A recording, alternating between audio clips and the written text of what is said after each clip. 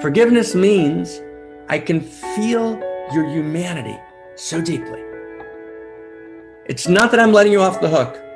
I can't do that, right? Reality will hold you accountable in some way, and you have to actually come and ask for forgiveness. And when you ask for forgiveness, then there's a full forgiveness. But I can release you. And I can release you because I can feel your humanity, and I can release you because I want to be an outrageous lover.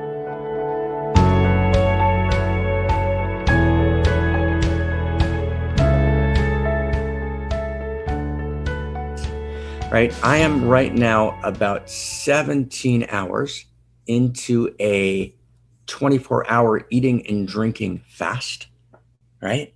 And this fast is called Tisha B'Av, and the 9th day of Av.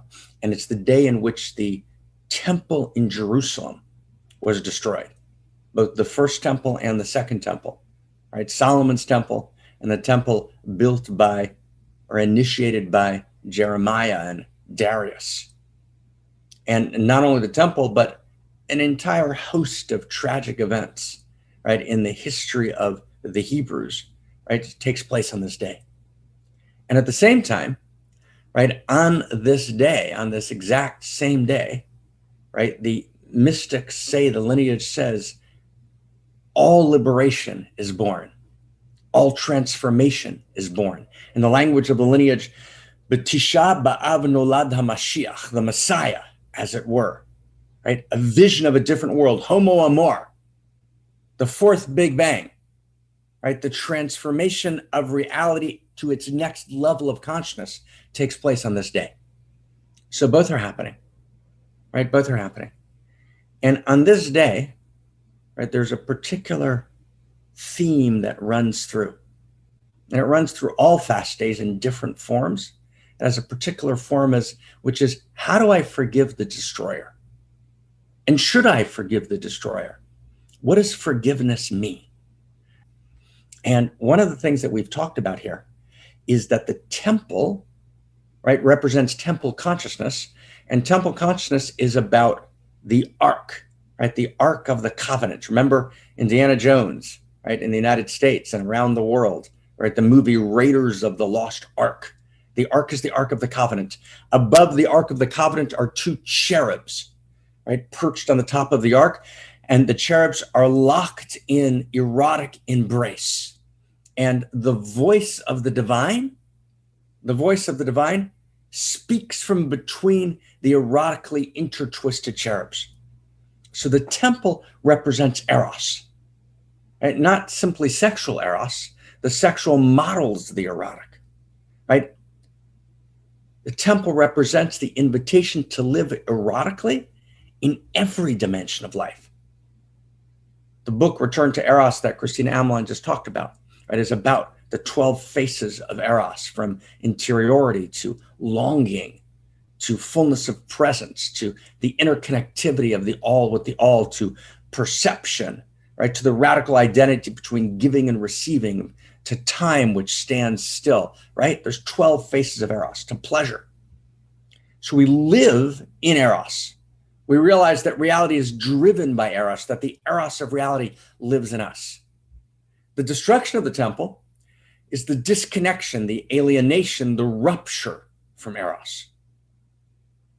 So on the day in which we re-experience the destruction of the temple, we re-experience the rupture from Eros. And one of the primary ruptures from Eros is our incapacity to forgive. But how do we forgive? And what does forgiveness mean? And do we forgive someone who didn't ask for forgiveness? And does forgiveness mean letting go of accountability? And that's a very painful topic. But the inability to forgive, whatever that means, and we're going to talk about what that means today, blocks love, blocks Eros, right? The hose of Eros, the flow of Eros is crimped and cramped and contracted, right? And ultimately suffocated, right? By the inability to forgive. So we're going to talk about that today. And it's good to talk about it when we feel weak. I feel personally very, very weak now. I don't fast well. And when I haven't, drunk anything for 18 hours, right? Kind of my energy gets kind of very low. So my energy is low and I'm a little bit faint, but that's the best place to talk about forgiveness from. Let me share with you perhaps one other text from the lineage, right, that we're feeling today. And the reason we go into the lineages is because we want to actually link together pre-modern, modern, and postmodern. We want to take the best of the traditions. We want to actually be informed by them. We want to be informed by the sacred text. We want to be shaped by the rituals. We want to leave behind the shadows of pre-modernity, just like we want to leave behind the shadows of modernity and post-modernity. But we have to inhabit the value of the traditional, the modern, and the postmodern, inhabit all three of those values, feel the values, then synergize those values beyond polarization. Polarization is when I live in the traditional or I live in the modern, right? I live in the modern, right? And I call the modern science and I don't look at the shadows of science. And I think that science has every possible answer. It's a mistake. I live in postmodernity, which is the deconstruction of all value. Everything's just a story, right? There's some important insights of postmodernity, but to live in it by itself is a tragic mistake. Or I live in my tradition or in traditionalism, but I actually ignore with the insights of modernity and postmodernity. We have to inhabit all three, which is why here in one church, right? One church, one mountain, many paths, which we called one church for a while, in one mountain, many paths, in which we're actually standing between dystopia and utopia. We're moving from polarization to synergy. We stand between this moment and we actually realize and feel the chasm of dystopia rising to meet us. We face the potential extinction of all of humanity, or not the death of humanity, but the death of our humanity, right? In one mountain, right? It's our job to actually engage the synergy. So we'll be here and we'll talk about from a perspective of science, deep scientific structures. We'll talk from a perspective of postmodernism, or we'll talk from a perspective of deep within the great traditions. So right now we're going to be for a moment deep within the great traditions, right today. We're going to talk about forgiveness. And just to get it for one last second, I want to just share with you one lineage text where the text says that on the day of a person's wedding, and since today we're in a Hebrew lineage, I'm going to cite from the Hebrew lineage, right? On the day of a person's wedding, that day for them is called Yom Kippur. And Yom Kippur is the second major fast day in the Hebrew lineage. One is the 9th of Av, the second is Yom Kippur. And Yom Kippur also is focused in a different way on forgiveness. And so the mystics say, the reason the day of your wedding is a day of forgiveness, because if there's one person you still hate in the world, then you can't be a mad lover. And on the day of your wedding, you've got to be a mad lover. And friends, today is the day of our wedding. Kol ha'olam hilula damya, right? Every moment in the world is hilula, is a wedding. It's a time of heros gamos, of coming together, of merging the great divine masculine, divine feminine that live in us, the yin and the yang, the upper waters and the lower waters. This is a wedding today, friends. And we want to be mad lovers. We want to be outrageous lovers because we understand. I wrote to my friend Zach this morning, right? We live in a world, someone once said, of outrageous pain. The only response is outrageous love. We live in a world of outrageous beauty. The only response is outrageous love. And I'm sad more than usual on this day of the 9th of Av. And I remember that I want to be an outrageous lover. And I realized that to be an outrageous lover, I have to forgive.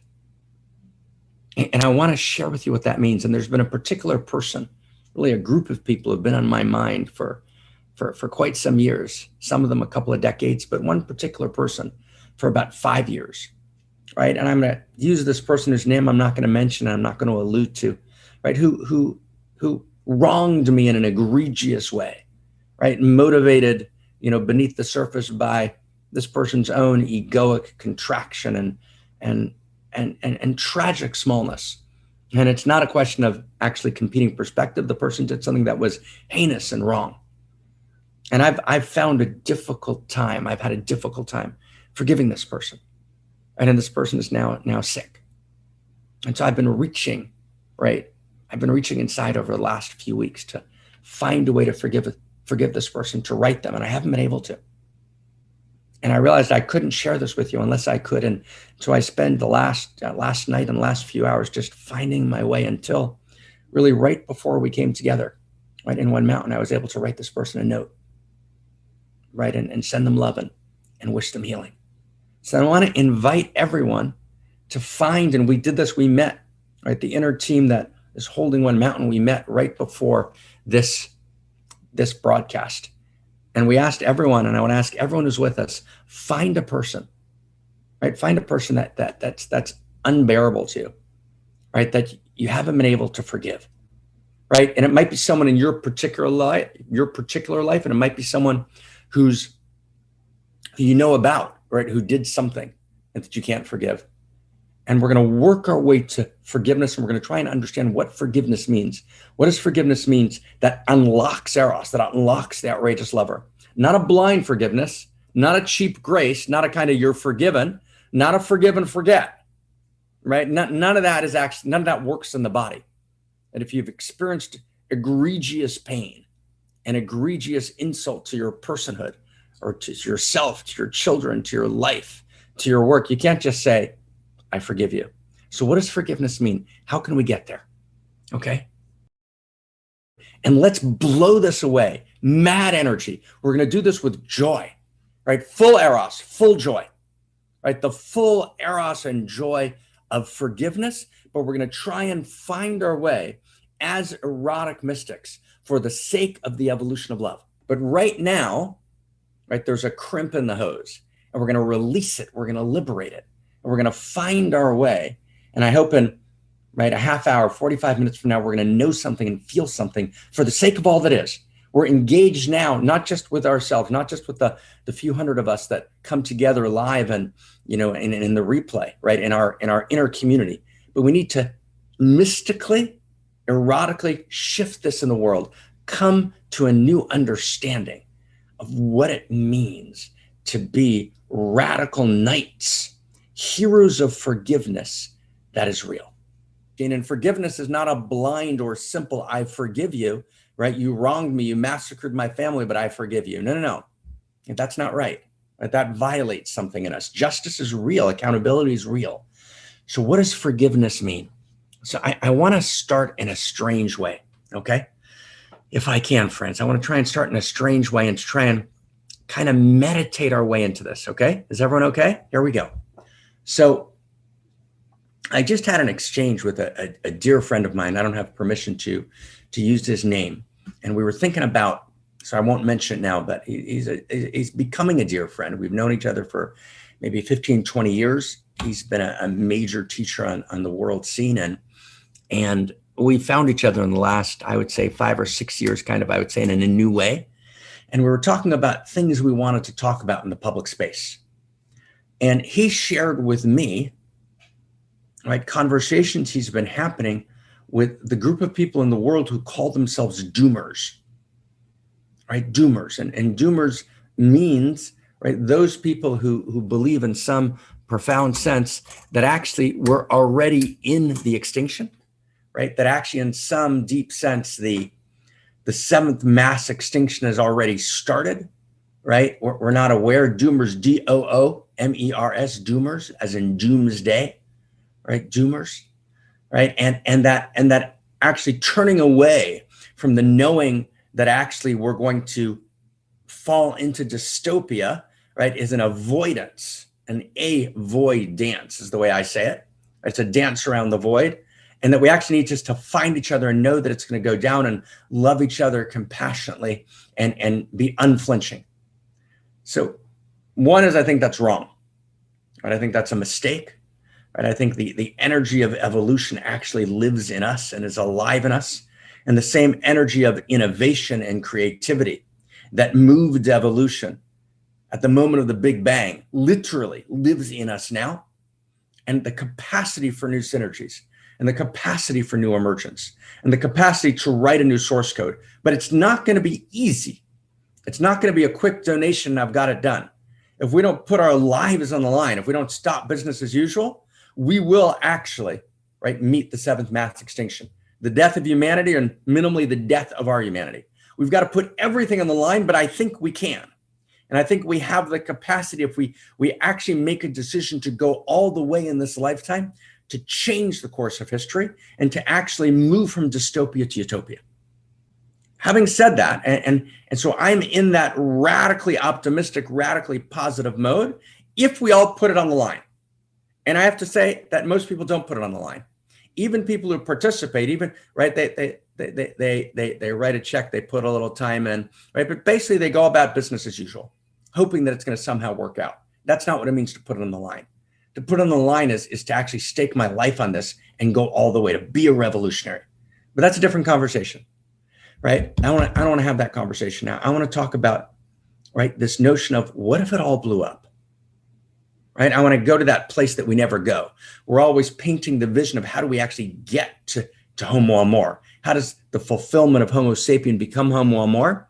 But I want to stay for a second in that position of the doomer, of the doomsday possibility, right? What if life on planet Earth would become extinct, or humanity as we know it, the death of our humanity would take place, right? Does that crush in some fundamental way our trust in the eros of the cosmos? And the answer is that it doesn't at all. And I want to begin to get this, because it's only in getting this we can find our way into forgiveness. Okay? This is going to be a way into forgiveness. I've got to hold a wider frame. Okay? So the death of humanity is not actually a bigger problem than the death of an individual human being, which happens with radical injustice and completely unfairly. So I want to get that together. Did everyone get that sentence? This is a huge sentence.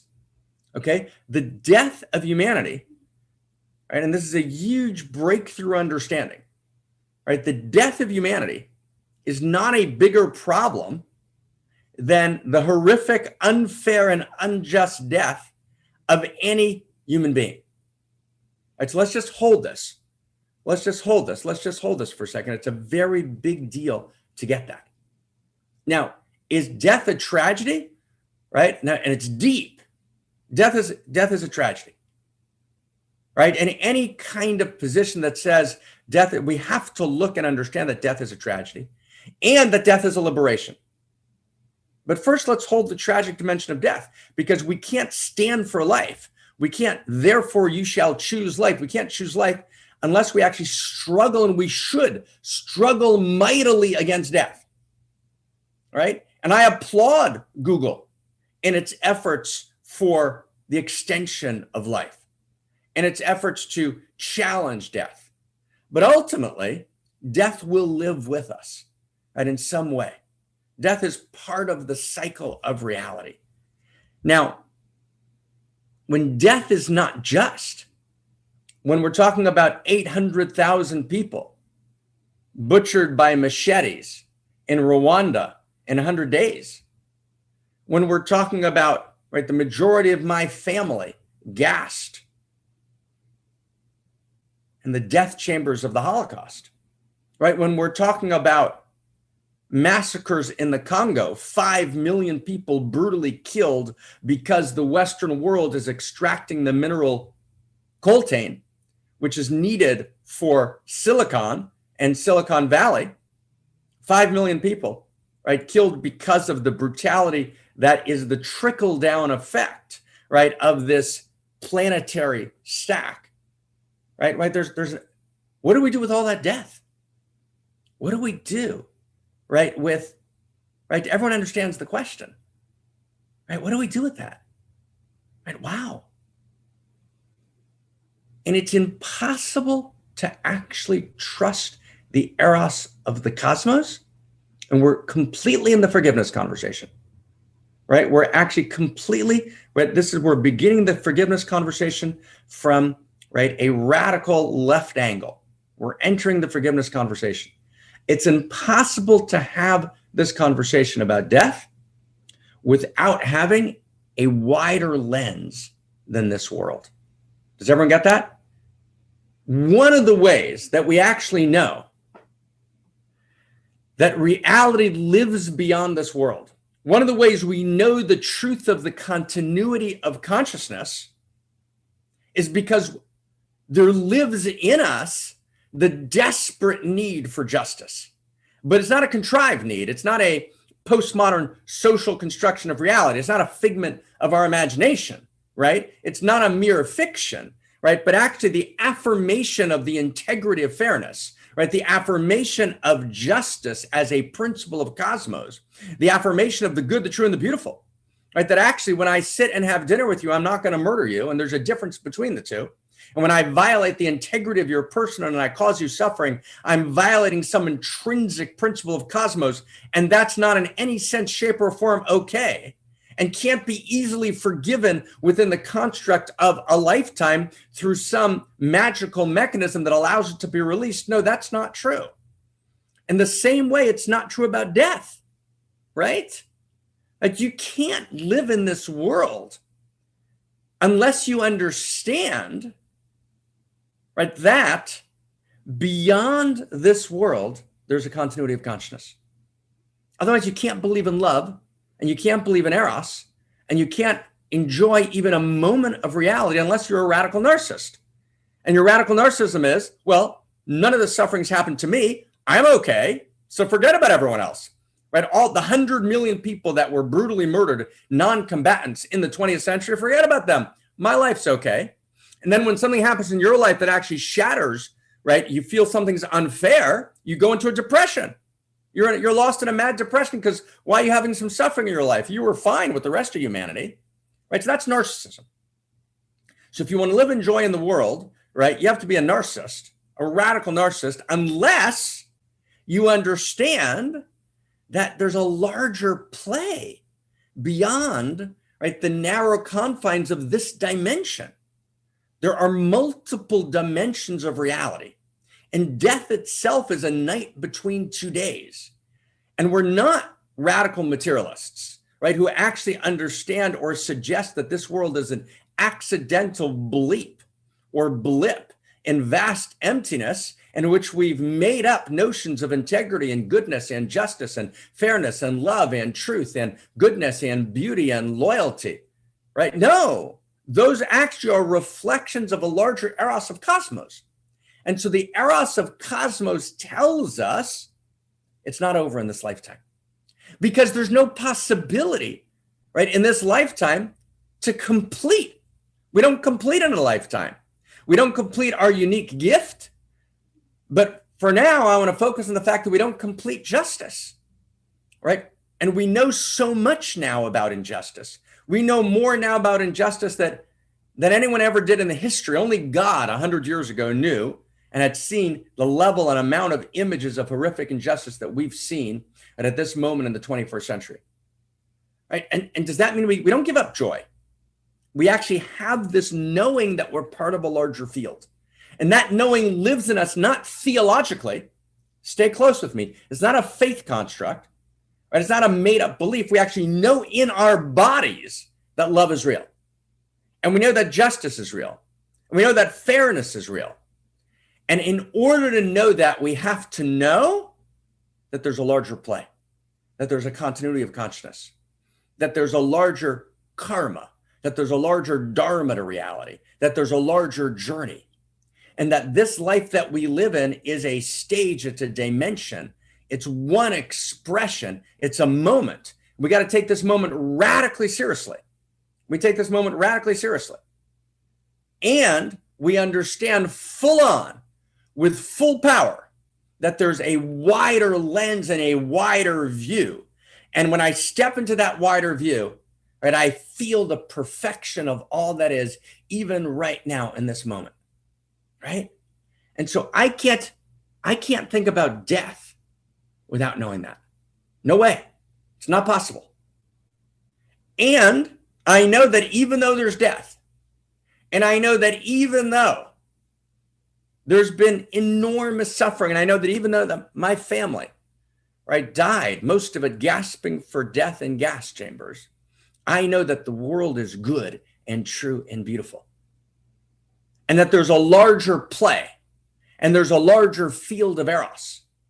And I trust, but not in a way of faith, believing that which I don't know. I know, full carnal knowledge, full eros personified in my body, right? That every single one of those people who died, right, unfairly and unjustly, right, actually transmuted, right, moves to the next stage, that somehow the balance of goodness was restored and life went on and deepened and exploded to its next level, and nothing was lost, right? And all scales were made right, and all accountabilities, right, took place, and everyone and everything counted, and everything matters.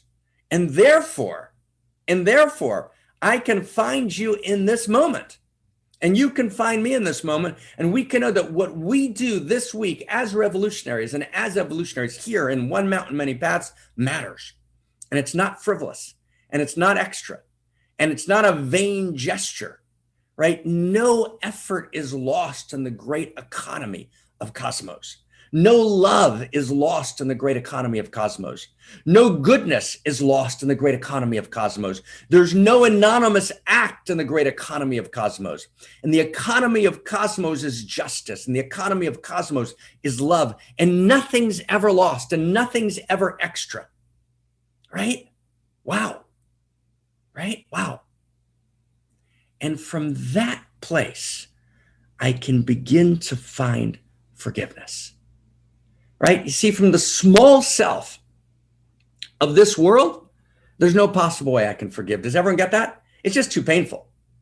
It just doesn't work, right? It's just too much. It's just too outrageous, right? And if it's only the small self of this world, then I feel that if I forgive someone who's done something heinous, that I'm actually taking the side of injustice, right? That's a big deal. But if I widen the lens, right? If I widen the lens and I feel into the larger cosmos that we live, and the larger cosmos we live is a wild cosmos. It's extraterrestrial and it's extra dimensional, right? It's extra galactic. There are galaxies upon galaxies, right? And life, right, springs up and appears in so many forms and in so many shapes, right? And in so many traditions and in so many disguises. And I understand, I know it as an absolute knowledge, then I begin to understand our code from today. And let's look at the code, and maybe someone can put it in the chat box. Forgiveness is the fragrance that the violet sheds on the heel that has crushed it. Do you understand that you can only begin to get that? You can only begin to understand that if you widen the lens. There's a different conversation that begins to take place. I can hold the paradox. I understand that unfairness doesn't work itself out in this world, but I understand that in the larger play, there's some way in which I can find you, right? Even though you were my oppressor. And once I have this larger frame, then I can begin to go inside. And then I can kind of feel into, who are you that moved to hurt me? And I can begin to know your story. I was sitting with someone that we call Cousin Kenny 2 weeks ago with my beloved friends and actually the co-chairs of the Center for Integral Wisdom, Gabrielle Anwar and Sharif Malnik. And Cousin Kenny was there with us. And every Friday night we do a festive meal together, right? Welcoming, right? Eros and Sabbath and delight. And Cousin Kenny is a lawyer, right, on death row. And he was sharing the story of someone who had committed particularly heinous crimes. And I had asked everyone at the table to talk about the light that comes from the darkness. We say not as greater is light than darkness, which is a verse in Ecclesiastes chapter 2, verse 7. Not greater is light than darkness, but greater is light that comes from the darkness. And Kenny described as how he got to know this particular client of his on death row. And as the client began sharing his story, right, how the client got, right, to death row, right? I'm going to call the client Jack, how Jack got to death row. And you began to hear the oppression and the degradation and the pain that Jack suffered. And you began to feel Jack, right? Forgiveness began to well up in the heart. Not forgiveness in that Jack's not accountable, not forgiveness that there shouldn't be law, but forgiveness in the sense that all of a sudden, Jack is not the monster we thought him to be. and that Jack actually could be kind, and Jack could be good, and Jack could have truth in him, and Jack could have beauty in him, and that Jack needs to be held accountable if in fact that's the case. But that accountability doesn't include demonization. That actually I can feel Jack. And so I began to feel. And I'm going to give you just a personal example, and I'm not going to mention anyone's name. I began to feel into what motivated, right, this particular person that I talked about to behave in a way to me that was heinous. And I thought about his feeling of not being recognized, and his desperation that I could always feel when I talked to him, right, to be able to have a voice. And I felt how my place in what I was doing in the world, right, made him always feel like his voice wasn't heard, right, and he couldn't find his place, and how he came to an understanding deep in his heart, which he couldn't express, that only if he participated somehow in murdering me would he have a voice. That's painful. But his desperation for a voice, and I felt the desperation. And I felt the desperation. I followed him back, right, to his early childhood at 6 months and a year and 2 years and 3 years. And I felt the desperation growing in him. And I followed it all the way to the place, right, in which he committed an act which should be unforgivable. Right? But I could feel him, and I could feel his pain, and I could feel his desperation. And he wasn't right. He was absolutely wrong. And his wrong had cascading effects and affected many, many people throughout the world. And he bears karmic responsibility for that. And he'll have to work out that responsibility. And reality holds him in some sense accountable, and in a real way. But I can let it go. I can forgive him, and I can send him a love note, right? Wishing his goodness, and wishing his healing, and wishing his wholeness. And I can sign it love, and I can feel the love in my heart, right? And I can forgive, right? We can forgive each other. We can forgive each other. And I invite, right, everyone to find that place. You invite me, and I invite you. We can find that place where we can actually begin to hear each other's stories so deeply, and to feel each other's humanity so deeply, and to taste each other's desperation so deeply, right, that there's a way in which we can forgive each other. Okay, now find this with me. Like, you got to find it in yourself. The way I was able to find it, I'm going to go one step further, okay? The way I was able to find the desperation of this person who used to be a friend of mine, right, who hurt me in a heinous way, the way I could find it was by searching in myself. You can only find it in yourself. You got to find it by what in me, right? Even though there's not a bone in my body, and I thank Goddess I wasn't constructed that way. There's not a bone in my body that would do what he did. But I can find in myself the root of that pathology. I can find in myself the root of that desperation, the root of desperately wanting to share and not being able to share, right, in a way, right, that's needed, right? Knowing that there's water that I want to share, right, for a world that's thirsty, right? And there's all sorts of obstacles, right? And I'm sometimes forced to watch people die of thirst, knowing that I can't share that water, and I feel that desperation. And I feel the unique self-gifts rising in me that are ungiven. And I've got to feel that in myself. And only when I find it in myself, when I find the root of it living in myself, can I then find him who acted it out in a way that was heinous, but I can forgive it. I'll tell you a story, right? I'll tell you a story of the son of my original lineage master, right? Mordechai Lainer of Izbeka. So his son used to receive people on Sunday mornings, they say, right, who came for a fixing, right, of some great violation that they did. Okay? So feel this with me, right? And a particular man comes to him, right, to ask for a fixing, right? And this master has given a fishing to everyone, to every murderer and to every thief and to every abuser, right? And to every to every manner of violation. He's been able to go inside and find the root of that in his heart. And from that place, give forgiveness and offer a tikkun and offer a fixing, right? Right? Wow. Right? And you can offer a fixing when you can kind of find in yourself and say, if I was constructed differently by Goddess, what might I have done? But this Sunday morning, this man comes and he shares with them the story of his violation. And the master says, I can't offer you a fixing now. Right? I can't offer you a fixing because I can't, right? I can't find it in myself. Come back in a week.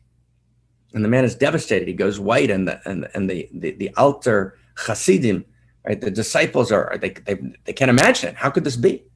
And so the master secludes himself all week. Right? Then it comes the next Sabbath and he dances with his disciples as he's wont to do, and they're ecstatic. Right? They're ecstatic. Right? Wow.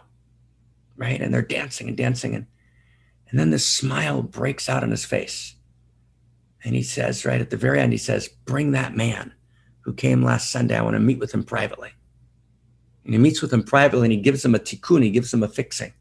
And the man shines with radiance and he feels the forgiveness and he goes to live into that new life, right? After receiving that forgiveness and that tikkun, that fixing. And the man goes away and the Hasidim gather around the master and they say, "Was tutzach?" He says, what happened? Right? What were you able to find? What did this man do that was so heinous that you couldn't find it in yourself? And he says, the man told me that 4 weeks ago, his wife died, but he couldn't let her go. So he continued sleeping with her, having sex with her for several days after she died, before he told people she had passed and they buried her. And he said, I couldn't find it in myself. I didn't know what to do with it. I couldn't find it. Right? Not that it's such an egregious sin. It's definitely a violation, but I just couldn't find it. So I couldn't forgive it. So the Hasidim asked him, so what happened? How did you find it now? And he said, because I noticed that as we were dancing in ecstasy, I danced for an extra minute or two after the ecstasy was gone. I danced for an extra minute or two after the ecstasy was gone. Wow. So he was able to find the root of it in himself. Right? And from that place, was able to madly forgive. Can you find that with me, friends? Right? Forgiveness means I can feel your humanity so deeply. It's not that I'm letting you off the hook. I can't do that. Right? Reality will hold you accountable in some way, and you have to actually come and ask for forgiveness. And when you ask for forgiveness, then there's a full forgiveness. Then all bets are off. Then everything is let go. Then all accountabilities are undone. But if you don't ask for forgiveness, right, then reality holds you in some way accountable, but I can release you. And I can release you because I can feel your humanity, and I can release you because I want to be an outrageous lover. And I want to actually be filled with eros, and I want to stand between utopia and dystopia, and I want to be a revolutionary together with you, and I want to evolve the source code, and I want to live the fullness of our joy, and I want to choose joy with you again and again and again. And it's from that joy that we're going to be creative. And it's from that joy that we're going to innovate in interior technologies. And it's from that joy that we're going to actually articulate an evolving set of first principles and first values that are going to form the ground of a new collective intelligence. But to do any of that, right, to synergize, right, we've got to step into the wheel. And the wheel of co-creation, 1.0 and 2.0, that we're going to talk about next week, and we're going to talk about at the festival, right? The synergistic democracy, the wheel is the wheel of forgiveness. We step into the wheel and we realize, right, it's not a line. It's not me and you. It doesn't separate between us. I live in you and you live in me. And if I can find your pain and I can feel your pathos, then I can feel the root of your violation that lives in me, even if I didn't act it out in this lifetime. And from that place, I can love you madly. And I can love you madly. You hurt me, yes. You hurt everybody around me. Yes. And I know where it came from, and it wasn't okay, but I can love you madly. And I'm free. Free at last. Free at last. God Almighty. Free at last. Right? That's what it means to forgive. It means to get free. Right? To be born again into freedom. To let go. Right? To release.